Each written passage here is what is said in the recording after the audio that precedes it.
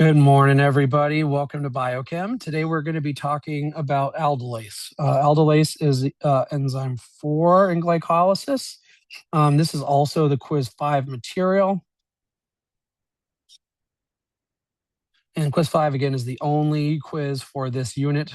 I need to do more quizzes next year, but this year I didn't have them. So here we are. You get one quiz. So enjoy that. I think there's only one quiz also for the third exam. So, man, I really dropped the ball on quizzes. But anyway, um, you'll still be able to do fine. Anyway, so we're talking about aldolase, and aldolase is specifically aldolase A. Aldolase A is in most of our cells. The exception for that is the liver.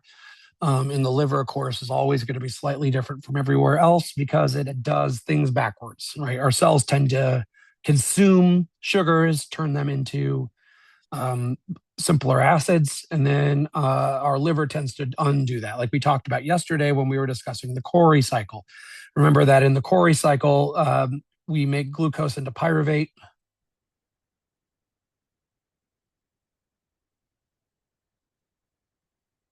Right? So glycolysis, part of that process is to make some two ATPs. Net, really, I remember we make 4 and spend 2. So I'm just using net here. And then we also make 2 NADHs.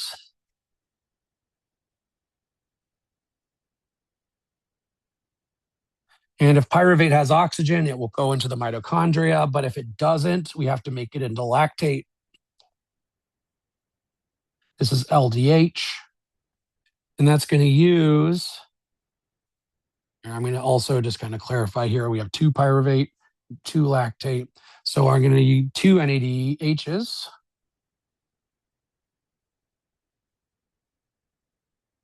That's these ones, right? And we're going to make 2 NADs back. This is the fermentation stuff that we talked about yesterday.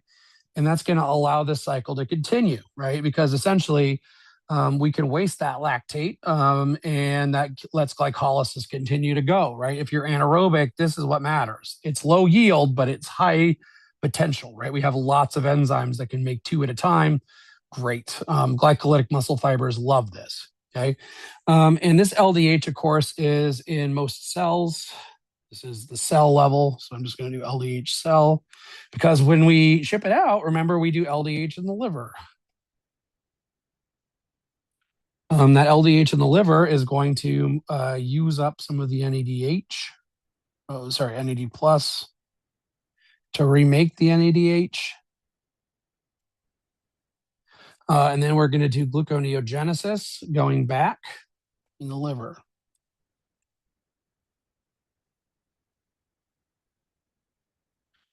And the gluconeogenesis is going to need those NADHs.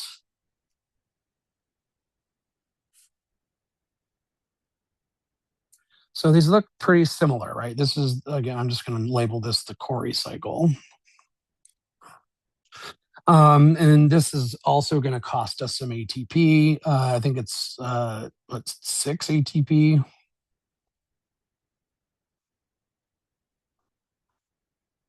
Total. And so what's going to happen in this whole cycle, remember, is that we end up losing like 4 ATP per cycle. I might have said 6 yesterday. I believe 4 is the correct number because I was thinking about the 6 that's right here, right? This guy.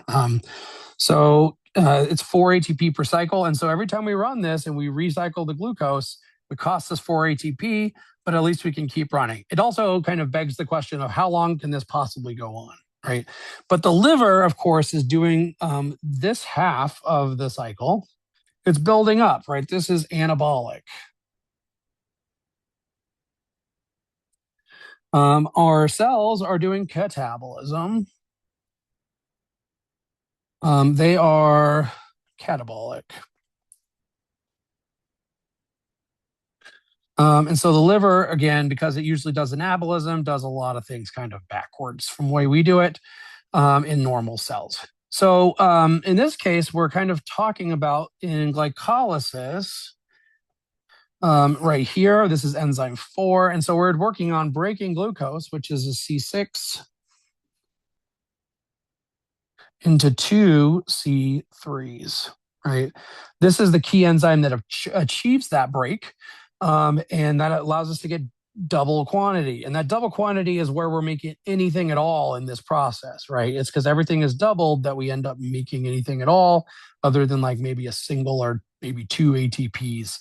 But then it wouldn't pay off in the long run. So in this case, what we want to do is we want to make sure that we're getting double quantities of the same thing, or at least something similar that we can convert. So here I have a classic example of an aldol, right? And really an aldehyde is a generic term in this one for any carbonyl. This is a beta hydroxyketone.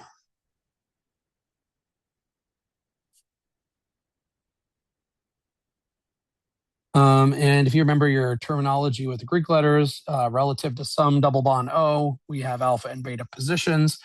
And so this beta hydroxyketone is considered an aldol. And so this is the kind of thing that we're going to be dealing with. Now, of course, in our bodies, this would be what like this is like.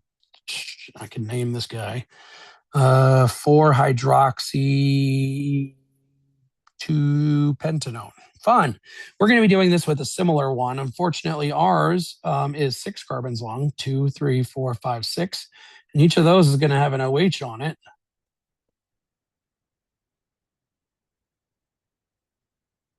And actually, we're going to have phosphates on these ones. This is F16BP. And if we color code these, because that's who I am, we'll see that we have a beta hydroxyketone. Okay. And so these are similar. F16BP is an aldol. It is a beta hydroxyketone. And we're going to be setting this up to break a molecule. Okay, so I kind of started out today asking, how can a molecule be broken into pieces? Well, we're going to have to break this alpha beta bond. We're going to break that bond right there, and we're going to split it into 2 different pieces. Okay, that means that on fructose 1,6 bisphosphate, we're going to split there again, right between the alpha and beta. And we're going to break this into this 3-carbon piece and this 3-carbon piece. And each one of those has a phosphate on it, right? And that's important for us because the phosphates help to make sure that these stay trapped inside of the cell. They can't just leave through the membrane. That would be a bigger problem with acetone and things which are kind of allowed to cross the membrane. And so the phosphates will prevent that, especially when we're these smaller molecules. That's a big concern. Okay, so we're going to have to break the alpha beta bond. This is a carbon-carbon bond, so it's stronger than usual compared to like an OH or anything like that. These are going to take some work. And so we really are going to have to force the issue, okay? And so I'm going to kind of talk you through what's going to happen in the aldolase reaction, okay? We have 4 phases.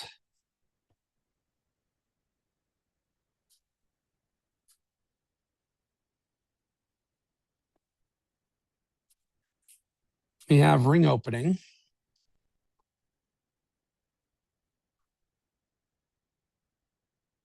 We can't do surgery on the rings. They're rings for a reason. The one we have, of course, is F16BP, which is a 5-membered ring. And we have these symmetric tails on it. And then we have these guys right here, the OHs, and then we have that little OH right there. We're going to break that open into its long chain form, which essentially is what I drew earlier, but I'll continue. 1, 2, 3, 4, 5, 6. And that exposes the OH in the way we could break that chain, okay? Unfortunately for us, just this is not enough. If you try to do this in the organic chemistry lab, you're going to need some really strong base. And that base usually is like 10 molar NaOH or something like that. Ain't no way we're going to get that in our body and stay alive, right? And so we have to use the enzyme to tweak the method so that we can break this. Okay, and so the second phase we have here is going to be called shift base formation. We're going to talk about that and kind of why in the world would we care about this thing called a shift base? This kind of ties the patient down, right? We're doing surgery. We got to make sure it stays around for us. So this attaches F16BP attached to the enzyme. Keeps it from floating away on us and getting into trouble, of course, but also make sure that we can actually activate this. This lowers the activation energy.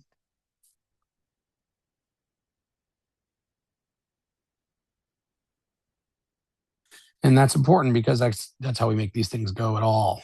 Okay. Let me see if I can do this.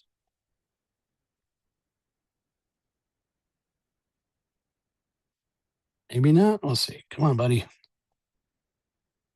How do I paste? I don't know how to paste. All right, I'll just draw it again.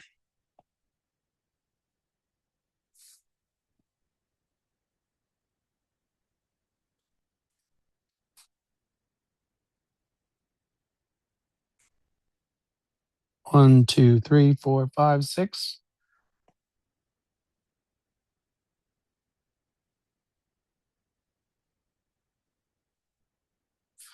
And we're going to be using a lysine.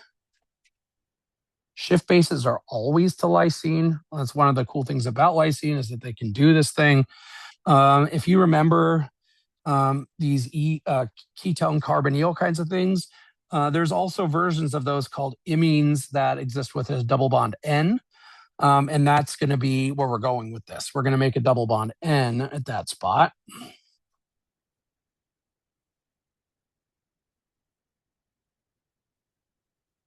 This is the shift base.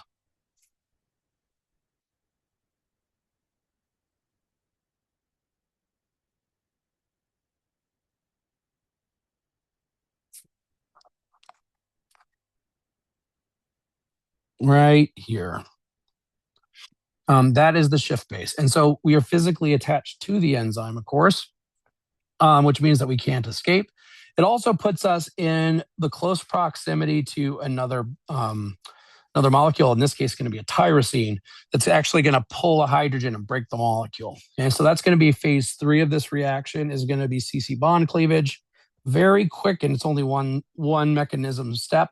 Shift base formation is going to be a pain. So buckle up for that today.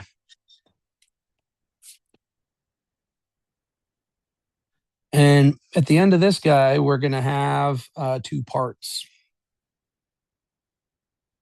And those parts are not equivalent.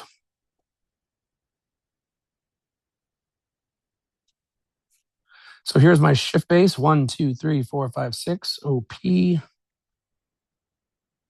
Oops, not there. There.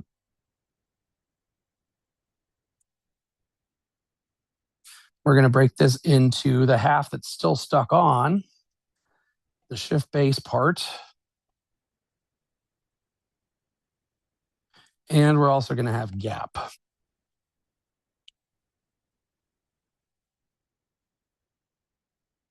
I'm going to label these carbons 1, 2, 3, 4, 5, 6. This is 1, 2, 3, 4, 5, 6.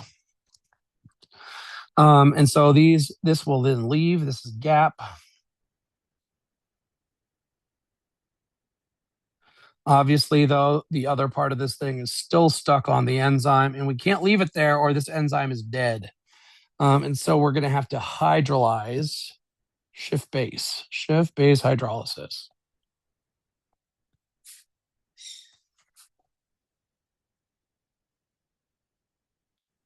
The hydrolysis of the shift base is going to be where we get rid of this piece. So I'm going to do one more time here, and then, oh boy, we're going to jump in.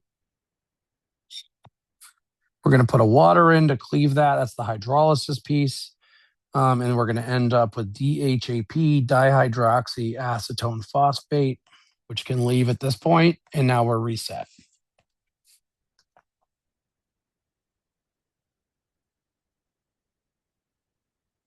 And we have to add this other step in there because we needed to put the shift base on. We also got to get it off.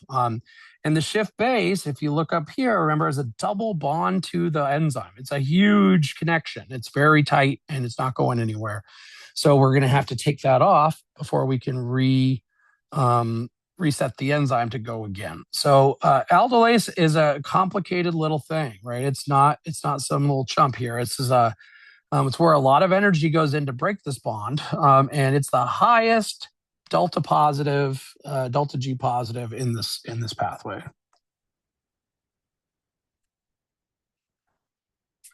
And I think it's like 20 something positive in general, like 24 kcals per mole. I'll do positive 24 like I'm supposed to, and I'll do kcals per mole, kJs per mole. Yeah, probably kJs. So this is very positive, and that means that we are going to have to push. Okay. Well, how do we do this? We make sure that these get used up. We also make sure we got lots of this coming in.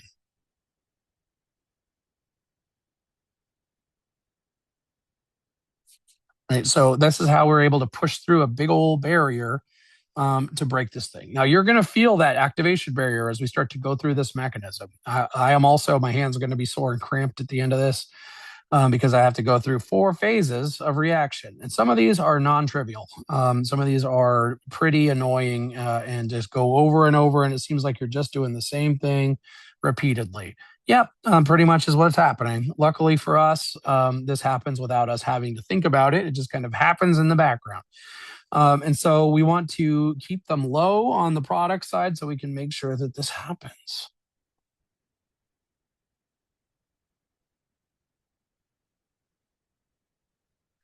Okay, so with that being said, I'm going to go ahead and switch over to slide 2, and we're going to start on the ring opening part of this.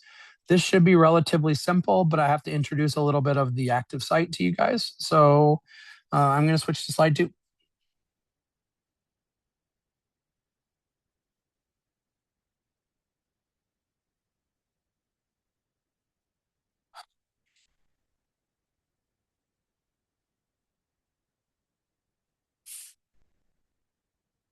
Ring opening is the first step.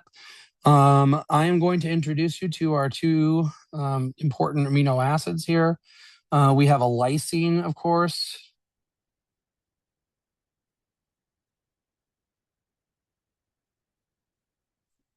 I don't love that lysine tail. We need 1, 2, 3, 4 alpha, beta, gamma, delta, epsilon. There we go. So this is a lysine. Of course, lysine's pKa is 10.54, and so this guy is going to be positive, right? And that means that this is going to be our general acid, HA. And then we also are going to have a tyrosine. And this tyrosine has a shifted pKa. It's one of the reasons I talk about pKa shifts in first semester. This tyrosine is going to be a general base. Call that A minus. Okay. Luckily for us, the ring opening mechanisms typically just need acid base transfers. Okay. And so I'm going to bring in our F16BP.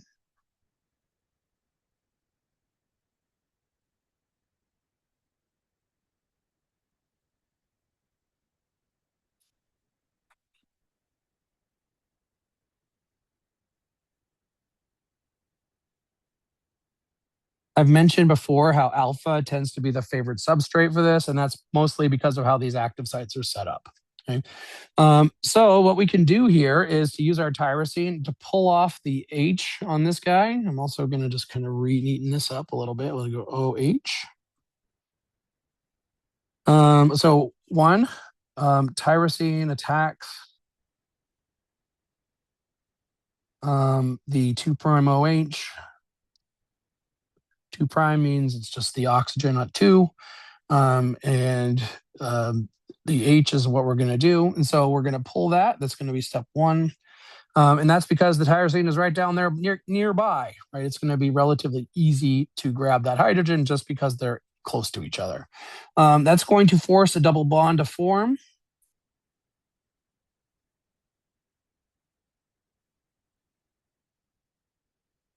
And if we have an O minus that's next to a positive center like this guy, it's going to force it down. And that's going to break the CO bond, and we're going to protonate.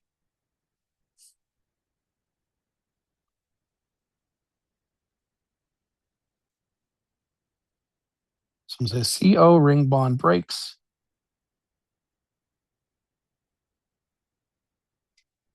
O minus gets protonated by lysine.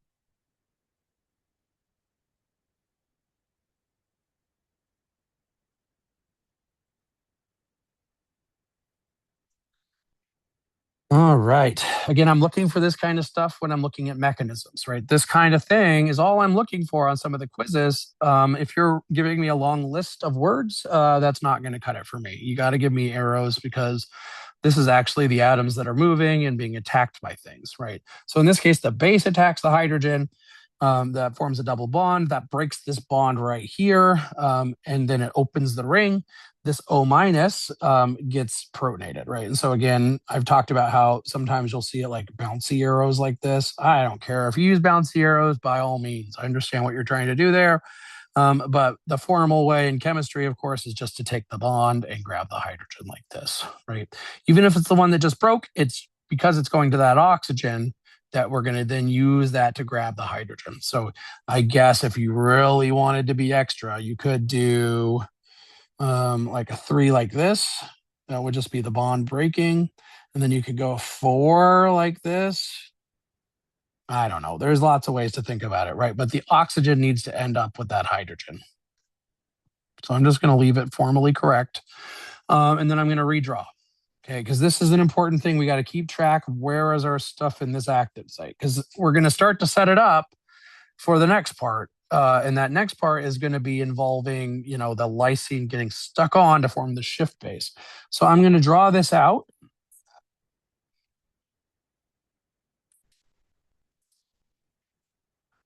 I'm going to try to match it as good as I can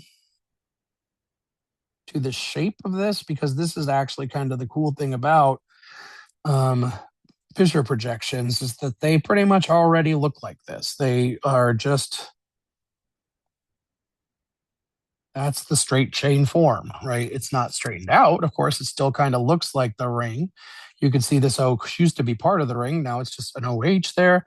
You also have our double bond O, but everything else should be roughly in the same place. Okay. We also want to redraw our active site, 2, 3, 4, N. This nitrogen now has a lone pair. That's going to come in handy for us because we're going to need it to do the attack. We're going to need to be a nucleophile here. And we're also going to have an acid tyrosine, which again seems weird. Tyrosine does have a polar OH, and it's going to be our acid here. Our lysine is now going to be our base, right? And we're going to see this kind of switching of roles happening over and over and over in this reaction. These two little guys are all you need to do this whole mechanism. Lysine and tyrosine, as long as they're spaced perfectly, and as long as we get a substrate to us, those two are capable of doing it all themselves. 4 steps of mechanism, or 4 full-on phases of mechanism, right? This one has three steps. But now this ring is open, and so we're ready for phase 2.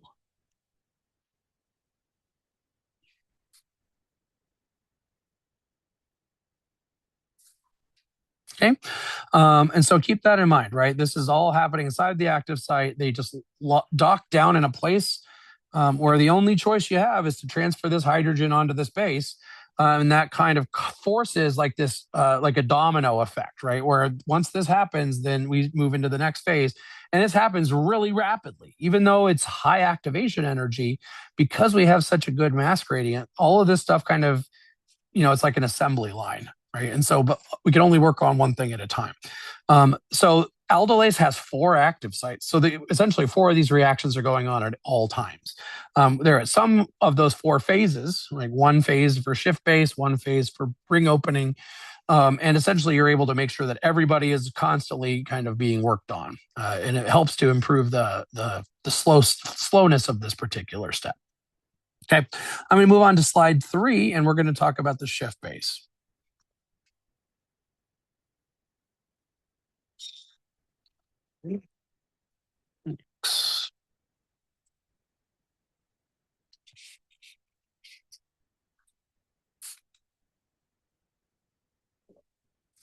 All right.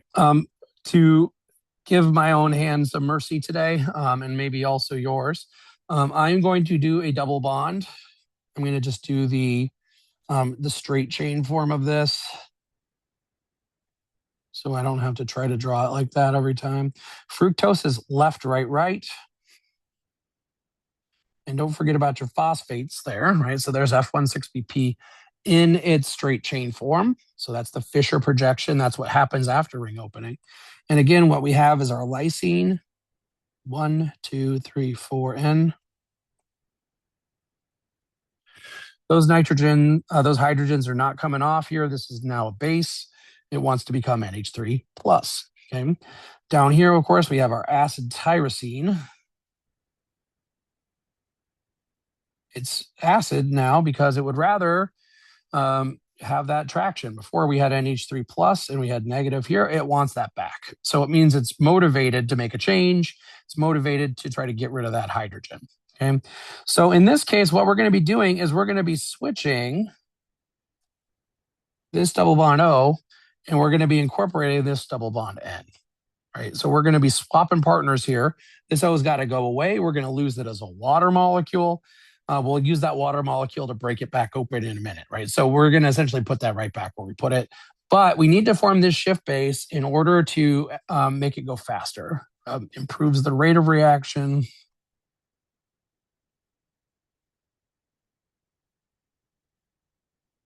And what we call processivity, which means that it moves correctly through the states. If I go back one slide, I would just like to point out that all of those steps are reversible, right? This enzyme can go forward and backwards. In fact, its normal state would be to go backwards because it has a delta G that's positive. It would prefer to go backwards. And so all of these steps can go backwards. Processivity means that we move through 1 to 2 to 3 to 4. We don't take a lot of backward steps. And so by having shift bases, it's hard to undo that just mistakenly. And so that means it's going to be a lot more likely to go on to phase 3 than to go back to phase 1. Okay, so this shift base is really important. It's crucial. If this lysine is gone or you can't form a shift base, enzyme's goner. It's dead. It's not going to do anything. Okay, so this just to mention this before I get into it, right? We're going to be going from a double bond O to a double bond NH plus. That positive is the key. Oxygen is never positive, never, ever, ever, ever positive, except for like H3O plus and things like that, right? Where it's just a hydrogen. It does not like to have 3 bonds to carbon, that's for sure. Nitrogen can tolerate 3 bonds to carbon, and it actually likes having a positive a little bit more than oxygen does, for sure. And so this positive is actually going to be good because we've seen this before when we were talking about the dehydrogenases yesterday. Giving nitrogen electrons back is good, right? We don't get that same kind of satisfaction of quenching the positive charge with oxygen because oxygen never goes positive. We never solve its problems, right? So here we're setting up a problem, an NH positive, where we can quench it and use that to break a bond, right? And so this allows for bond breaking.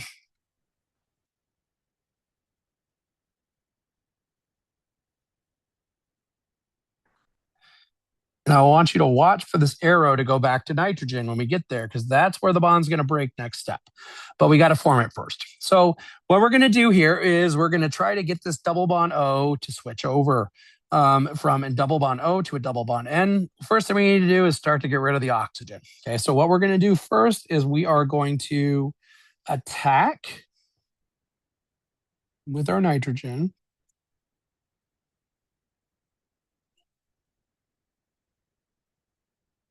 Ketones are particularly positive little carbons, and they are easy to attack. This would also work on an aldehyde, but a ketone is the only choice here. We don't have any aldehydes on this molecule. We again reduce randomness by only giving it one substrate. So we're going to attack the CHO with lysine. And when we do that, we're going to break a bond.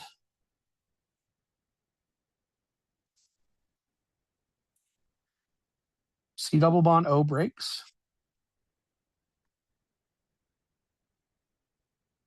Our tyrosine is deprotonated.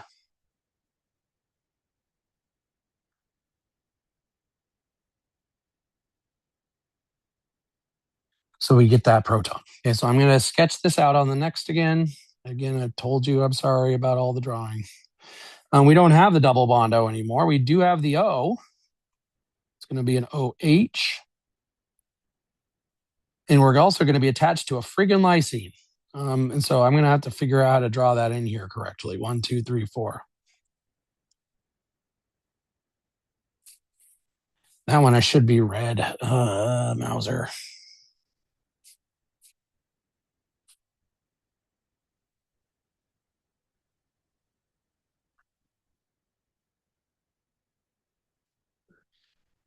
So we've attached at least at this point. I'm going to continue and just finish out the fructose. So at this point, we're at physically attached. So CH2OP here, so it's kind of crowded up there. And then, of course, we have good old tyrosine back to its base, back to basics, and ready to go for the next step. All right. Well, what do you think the problem is at this point? Right? Can we see what the next step's going to be once we have this? Well, I see somebody who's unhappy. The person that I see that's unhappy is the positive nitrogen. Again, big theme here, right? When we have a positive nitrogen, the easiest way to do is to just pluck it off.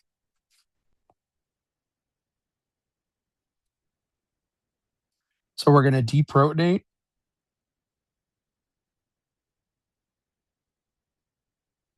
The NH2 plus. And that's going to give us a stable intermediate, and then we're going to break that bond.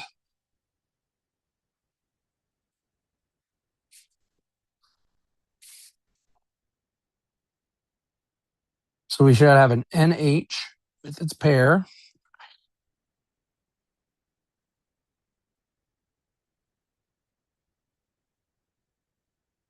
One, two, three, four.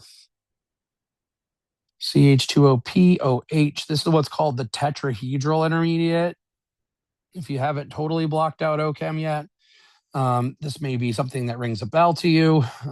And this guy is fructose 1,6-bisphosphate, but now it's the intermediate. So I'm going to write this tetrahedral intermediate.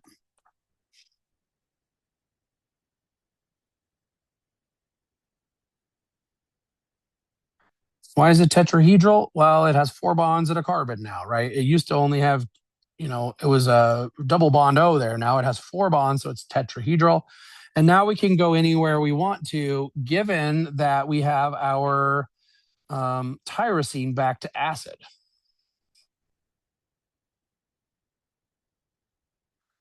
All right, so this one is a stop point. This is isolatable. And this is kind of the key point where we can go either way from here, right? We can go backwards, back up the chain if we want to, or we could go back down the chain. Okay. So far, we have not yet formed the shift base. We still got 2 more steps to go to get there. But luckily, I'm just gonna push it in one. Okay, so here I go again. I'm gonna form my double bond N.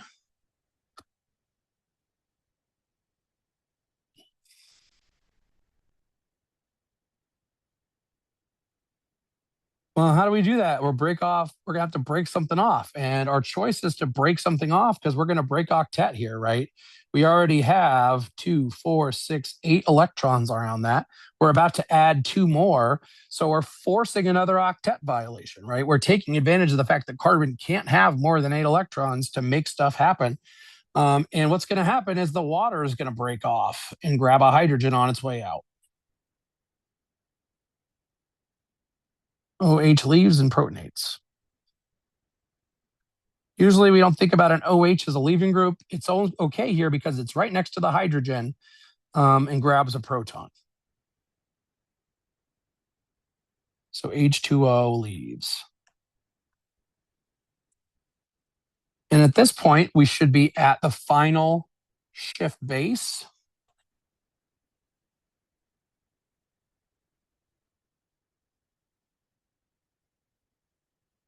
I keep doing this, Mauser. Stop it. Commit to color coding or don't do it. All right, hold on. Double bond NH. All right, we got CH2OH at the top, CH2OP really. Left is OH.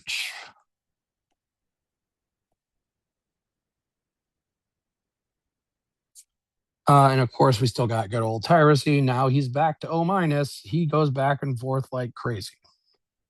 Thank goodness for you. All right, and so this is now shift base. We're going to go backwards through this in phase 4 when we start to break the shift base off. But now we're ready to break the carbon-carbon bond. Okay. And the carbon-carbon bond is going to, again, be between the alpha and the beta position relative to the double bond, right? Imines are more reactive than ketones. And that's because nitrogen has a positive, right? And nitrogen is less electronegative. And so it ends up being a lot more reactive of a intermediate, but we got to form it. And so we spent an entire phase of this reaction just sticking this N on so we can do phase 3 at all. It wouldn't have happened if we didn't do all this. We need the shift base to make it happen. Okay. If anyone has questions, I seldom make it through this lecture without any questions. But it's possible that you guys are just amazing. And I know you are.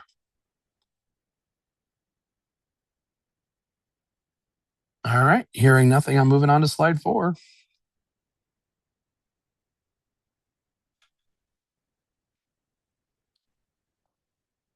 Phase 3, CC bond breaking. This is not a hydrolysis.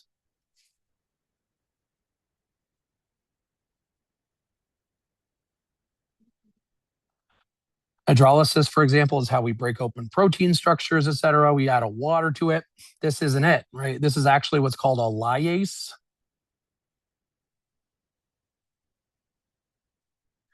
Lyase breaks without water.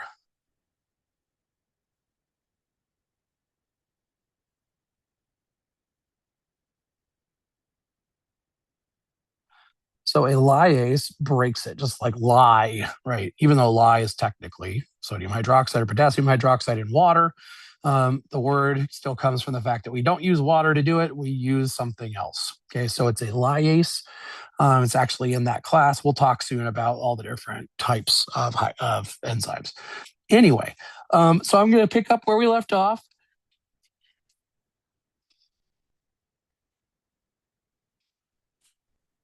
Again, my apologies to your poor fingers for having to write all this.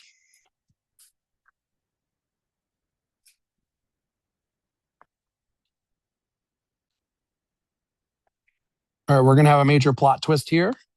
Or not, I guess, depending on what you think tyrosine has been doing this whole time. Tyrosine's job is to pull and give hydrogens, and so we're going to do that. Which one are we going to pull? Well, there's only one place that we can make progress, and it is the beta position. Right? The beta position is going to mean that we end up landing electrons on this nitrogen. If we pull somewhere else, it's not going to land on that nitrogen. You'll see it when I do the arrow push. So one of the reasons I harp so hard on arrow pushing is that this is how we explain things. We have to be able to do this. And so if we pulled, for example, this guy, nothing would happen. It would just become an O minus. It would try to form a double bond, but it doesn't have a very good leaving group, right? We don't have anything we can kick off. We're not going to kick off this hydrogen because we don't have any NAD to accept it. we're not going to kick off a carbon or a carbon, right? That's just impossible.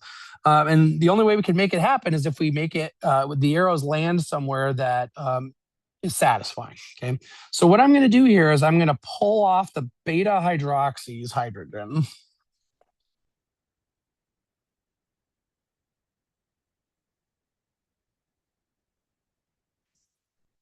The beta hydroxy proton.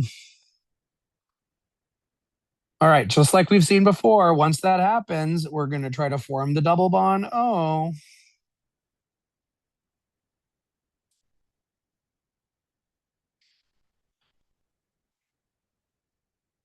We have an octet violation. And I just mentioned that we can't just kick off the hydrogen, we can't just kick off the carbon. We're about to kick off the carbon. Okay. And so this is only allowed because of what's about to happen here. This is going to be number 3.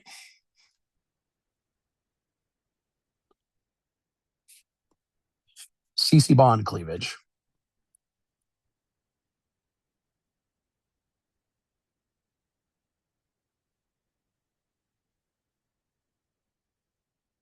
The alpha beta CC bond breaks. Okay. That's going to form a new CC single double bond. That's what's happening here between the alpha and the nitrogen's carbon. We're going to form a double bond C. And this also means that gap leaves. The bottom of this molecule falls off. Okay. But the last arrow is going to be this guy where we go back to nitrogen. And this is the whole reason it works, right? The whole reason we put a shift base on in the first place is so we could quench the positive charge on that nitrogen. So the C double bond N positive becomes a CN with a pair, right? And this drives the whole thing, right? Being able to land on that nitrogen is the key. We can't do that at any other position. Here we would try, we form the double bond, we try to break this, but it wouldn't land on a nitrogen. It would just give us a negative charge somewhere on the carbon. Carbon does not handle negative charge well. It just kind of falls apart. And so that would not have worked. And so the only way that this can happen and the way we get directionality and specificity out of this is by having that alpha beta in this relative position compared to this shift base. It wouldn't have happened with a double bond O. We'll see it actually happening later on when we get to the ketone bodies and the fats, where actually this does kind of spontaneously happen with the double bond O. But this molecule itself is very stable. And so we need to kind of destabilize it using a shift base. Okay? So this bond is now going to be broken. We are going to have 2 parts. The bottom part, the gap, should already be gap. It doesn't have to do anything else. Okay. This is C4, 5, 6.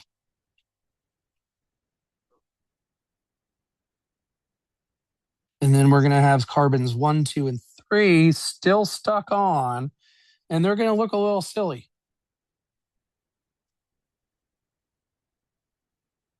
There's our NH, but we're going to have a C double bond C, OH. Okay. So this is carbons 1, 2, and 3 that are still stuck on the enzyme. So this is going to mean we have to move on to phase 4, which is to free that guy, right? Now this is gap and it's released. And so that can go on to gap dehydrogenase and start to make NADH right away. We don't have to wait. DHAP, though, is going to take an extra step for us to get it off the enzyme so that it can go and do its thing. Remember that the DHAP can become gap, right? These can go back and forth between each other, but we got to break it off first. So that's what's going to happen on the next slide, which is slide 5, which is going to be the shift base hydrolysis. It's going to look really similar to what we saw last slide with the shift base formation because it's going backwards. So I'm going to be moving on to slide 5.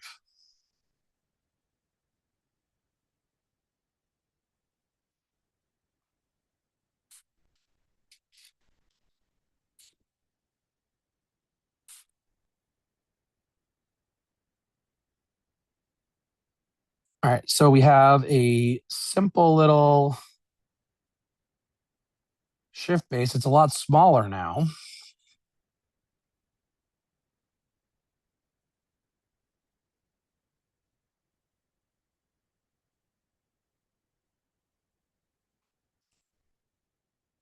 Our tyrosine should be protonated because it's broke the bond by pulling that hydrogen.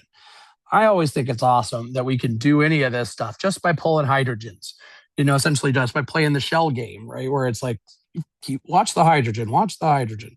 All it is hydrogen, right? We didn't even, the only time we did anything other than that was when we attacked with the nitrogen. Other than that, all this stuff has just been proton shuffling around, which is cool to me. Like hydrogens have a lot of power. Okay. Now, I would like to point out at this point, this is not a shift base. This is a enamine, I suppose, right? An enamine. Enamines are in tautomerization relationships with imines. And so we got to go back to the shift base. So first we got to reform it, then we're going to bust it. All right. So how do we reform it? Well, we got to make our double bond. Right. So we're going to take our lone pair and we're going to form that double bond.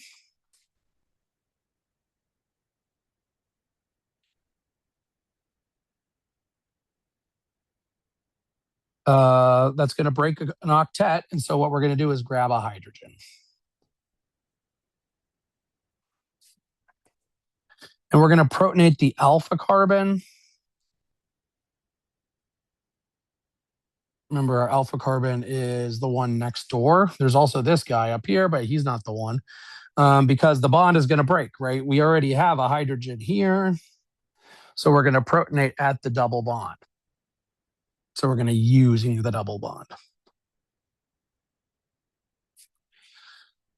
That's going to take us to a shift base.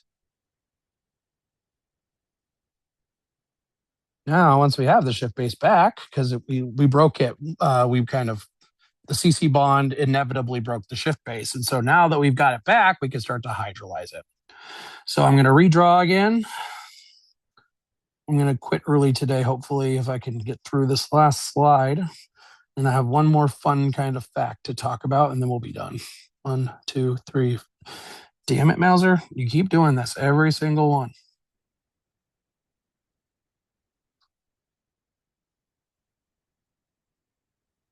One, two, three, four. Shift base is formed. We have tyrosine now as a base. And we have CH2OH here. And we have a friendly little water molecule. Once that gap left, it left a big gap behind it. And water could come in, or this could have been the water from the first thing, right? From the original water that left. This could have just been chilling, right? It could have just been hanging out in this pocket. So I'm just going to draw it over there. Okay. Now to hydrolyze it, we're going to have to activate water to attack. And so that's what's going to happen here. We are going to pull a hydrogen off of that water.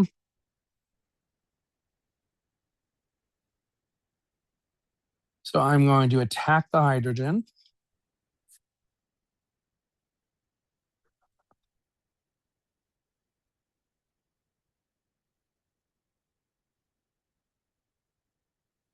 This tyrosine has been doing a lot of work, right? So it's going to attack that proton. Essentially, what's going to happen is oxygen is going to get its charge back, become negative, but I'm going to show that negative being used to attack the shift base.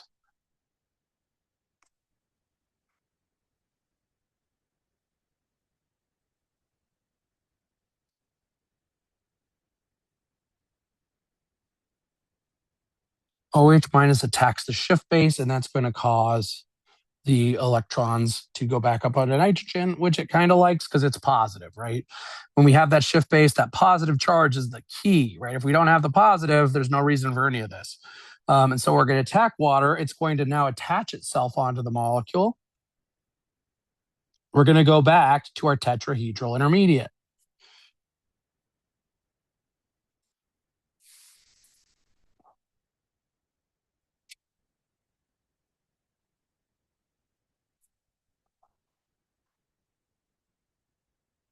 You should now be acidic on the tyrosine. because we just grabbed that hydrogen. That hydrogen, I guess I could even go as far as to make it green.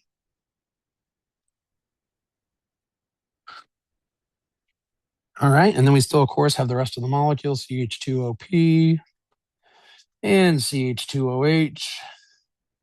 So what do we do now? Well, we're trying to get this thing freed off. So we're going to have to grab our hydrogen off of the acid. This is going to be our leaving group. And so we got to protonate it so it will leave. And so we're just going to grab. So the lysine grabs the proton, and then we can force the double bond to come down. And so I don't even actually know if that's number 2. I would say that we force it off with the OH. So maybe that's going to be step 2. With step 1, OH forms double bond O. Oh no, we have an O positive, and the lysine is going to grab the proton and leave. So you could formally do it like this, where we kick it off and it grabs that lysine at the as it leaves out the door. And then at this point, we should have a freed DHAP. Slightly not done yet. It has just a second left to go. This is going to become dihydroxyacetone phosphate. We do have a free lysine now. We also have a basic tyrosine. And the last thing we're going to need to do is just grab that hydrogen. And we're going to go back to NH3+. So 1 lysine protonates. And then 2 DHAP leaves. And this is reset for the next round.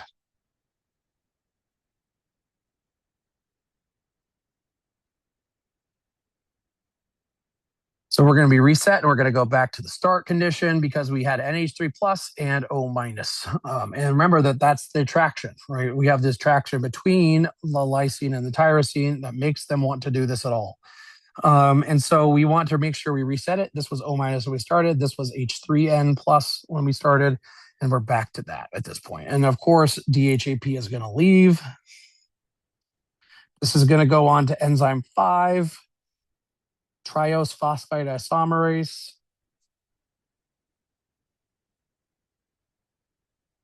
Where it gets converted into GAP. Right, so now we have 2 identical products. They're not identical at the end of enzyme 4, but at the end of enzyme 5, now we have 2 gaps at the end of that. And now it's time for GAP to start making us some money. Okay. So that's kind of the whole story of aldolase. Aldolase opens rings, forms shift bases, breaks CC bonds, and then undoes the shift base. And then it goes and does it again and again and again and again until the end of time. Thank you, aldolase, for all that you do for us. I wouldn't be able to do it without you. This is too much. So I got one more slide to talk about, and then I'm going to let you go. So slide 6. I want to talk about aldolase B.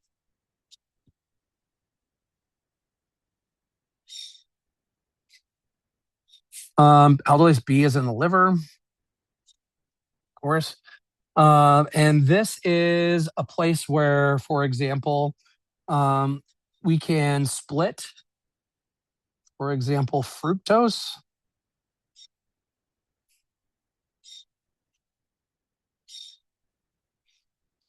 Dietary fructose comes into our liver and it just gets cleaved.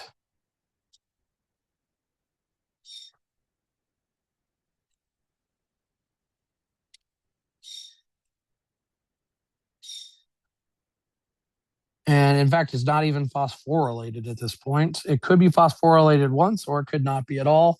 And I believe what happens is that I'm just going to draw it like this. If I remember this, we have what's called fructokinase. the fructokinase 1. And so we end up making fructose 1 phosphate. That's not something we see in glycolysis, right? Usually we have fructose 6 phosphate. So this is fructose 1 phosphate. Aldolase B is now going to do its thing. It's going to clip the bonds in half right here. Oh, man, I'm sorry. I screwed that up. It should be fructose 6 phosphate.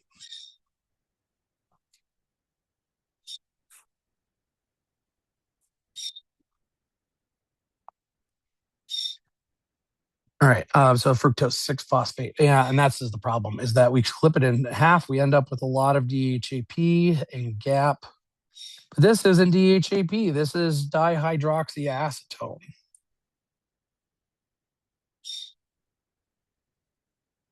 And of course, we still get GAP. The bottom stays fine. The top just never had a 1 on it. Okay. This quickly becomes glycerol. All you have to do glycerol is to reduce that double bond down to a OH.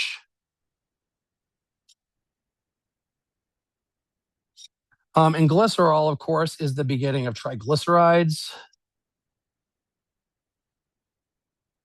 which means the fructose that you eat, because your liver soaks it all up, essentially goes to fat synthesis. And it gives you fuel for fat synthesis because remember, this enzyme goes both ways. We can make GAP into dihydroxyacetone as well, or we could just use this in glycolysis. Right. But what happens is that we tend to activate fat synthesis whenever we have extra glycerol around. And so this is one of the reasons for obesity in our world is that we have a lot of fructose. So for example, high fructose corn syrup sometimes is like 75% or more. Fructose by weight, and our bodies can use that. But of course, extra goes into our liver. If we have too much, that extra goes into our liver and it goes straight to fat, right? So if you have extra fructose, that's a big deal. Now, sucrose, which is cane sugar, is 50% fructose, 50% glucose. Each one of those is one part of sucrose. And these are essentially, you don't get a big slug of them at once, right? Sucrose has to be broken down by amylase in either your pancreas or your saliva. And so this is a slow release. And so that never really gets to the point where in your body there is a ton of fructose all of a sudden that gets soaked up by your liver because you just had a big thing of candy was full of fructose. This goes right to fat. But if you're eating sucrose, like, I don't know, Mexican Coca-Cola, where it's real cane sugar expensive, but full of sucrose, we get a kind of a delayed release. And so we avoid no spike.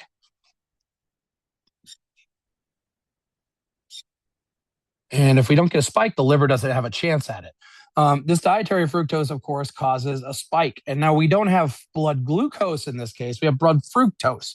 And our body would prefer glucose, thanks very much. And so this leads to some of these issues we see, of course, where if you have a lot of fructose in your diet, it goes right into your fat. And that's just because of the way the liver is set up. The liver still uses some for glycolysis, but half of it goes into fat synthesis. So this can easily be used as a way to try to avoid high fructose corn syrups if you can, if you're trying at all to avoid getting fatter. So that's where I'm going to end with the aldolase talk. Thanks for sticking with me through all those arrows and all those structures. I'm going to go ahead and stop recording. If you have questions, go ahead and stay on. Otherwise, I will see you tomorrow.